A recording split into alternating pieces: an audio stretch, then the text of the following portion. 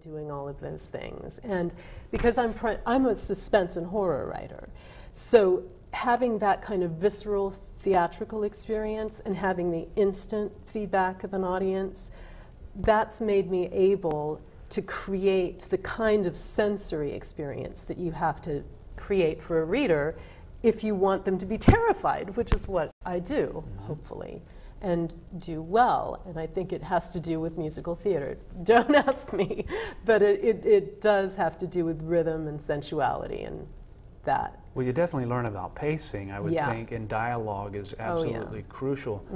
Well, it makes sense reading your biography then that your transition, your next phase would then be into screenwriting. You're in Southern California, you're studying theater, you know, there are tons of connections, I would think, through the University of California at Berkeley.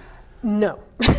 So we'll talk about that process. Berkeley was not a practical program at all. I mean, they taught theory, and we did a lot of practical stuff ourselves. You're right that California, you got the idea that you could go down to LA and be a screenwriter. But I didn't have any connections at all. I just sort of moved down there. But I was thinking, I need to make a living. And I wasn't going to make a living at the kind of theater we were doing at Berkeley, which is political and just obscure. But in California, being a screenwriter is a practical plan. And I didn't know anyone, but I took the most practical route into it. I became a story analyst, a reader for studios, which is, I got paid per script and book to read, write a synopsis, and evaluate the potential for film development. And that is the #1 route into screenwriting. How soon after graduation did you land that job? Was that something that happened right away, or did you struggle like a lot of writers, you know, working at a fast food joint or anything like that? I mean, how quickly after graduation did you find that position? It was very fast. I actually, for a couple of years after graduation, I was in a theater company and I was working for a video production company in San Francisco. I did odd jobs, but I never waited tables because I just can't. I just could never do that. But I worked as a, you know, I worked in a movie theater, which was also great training as a writer. And I worked in bookstores, I worked in libraries, you know, so. I didn't get paid much, but. Now, how many screenplays did you write between that period and a number of years later when The Harrowing was published? How many screenplays did you write during that period? Well, after I got my first job as a screenwriter or sold my first script, I worked very steadily as a screenwriter, doing novel adaptations or selling original work. It's a good question because I don't really know, but I would say probably 24 that I was paid one way or another to do. Now, for our audience, we have a lot of folks who are watching who might be writers themselves or screenwriters. How did you actually break through and find your agent as a screenwriter? Well, again, this is how most screenwriters do it. They're living in LA, they get this job as a story analyst, and what I did was an agent submits these things that I'm reading. I just took notes. I kept files of every agent who submitted things in my genre, because what I always write, suspense, horror, crime, psychological thrillers. So anyone who had a great script in that genre, I would note that agent's name and the script and everything. And when I had my script that I wanted to sell, needed to get an agent, I just called those agents up and I said, I'm a reader from this company. I've read these scripts from these clients. I really think that you would like this script that I'm working on. And they all said, send it. It was very easy, and I got a great agent. I had my pick of agents, really. That's really smart. It sounds like you were kind of methodical about it and taking your time and you were patient.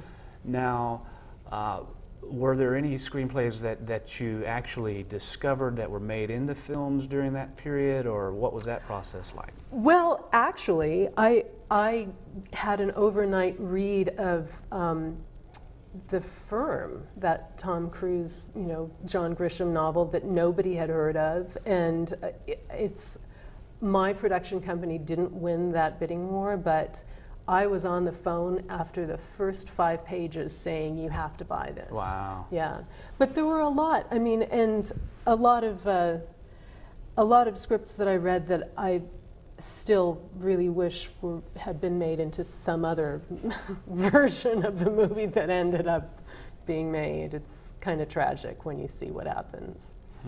Sounds like a great learning experience. Oh, yeah. Well, if you're just tuning in, we're here with writer Alexandra Sokoloff, and her upcoming book is The Price, and we're going to get into talking about that a little bit. Available now is her novel The Harrowing as well.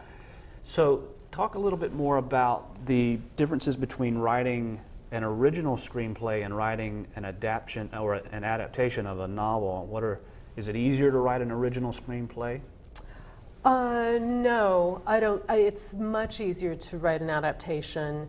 Not that it's easy, but the process is easier because you have the book, and so the various people that you work with, the producers, the executives, the studio executives, the director, sometimes a lead actor, you usually have 6 or 7 different people in the room with you making these decisions.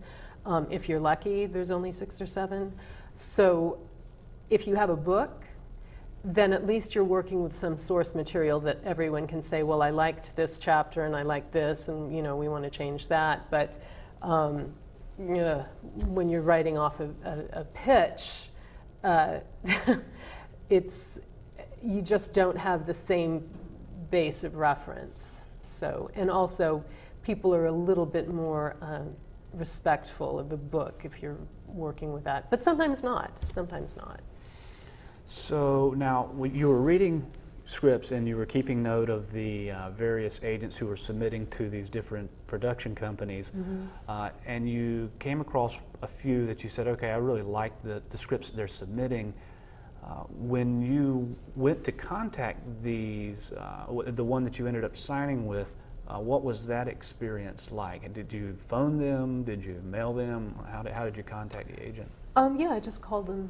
Cold called and said, you always talk to the assistant first, but everyone put me through because I had this legitimate job. It's not that hard if you go through the proper channels. It really isn't. But and if you're not living in LA, it's harder. But the way that you do it if you're not living in LA is you try to place in one of the prestigious contests.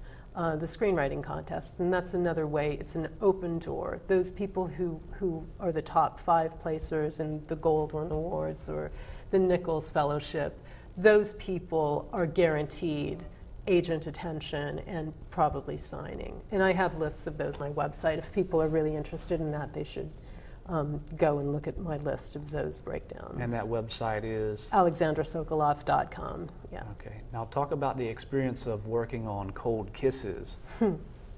Well, it was a perfect experience in every way, which never happens in Hollywood. It was a German production from a German novel, and I was working with a writing partner, and we had worked with this director before who did American movies and also European movies.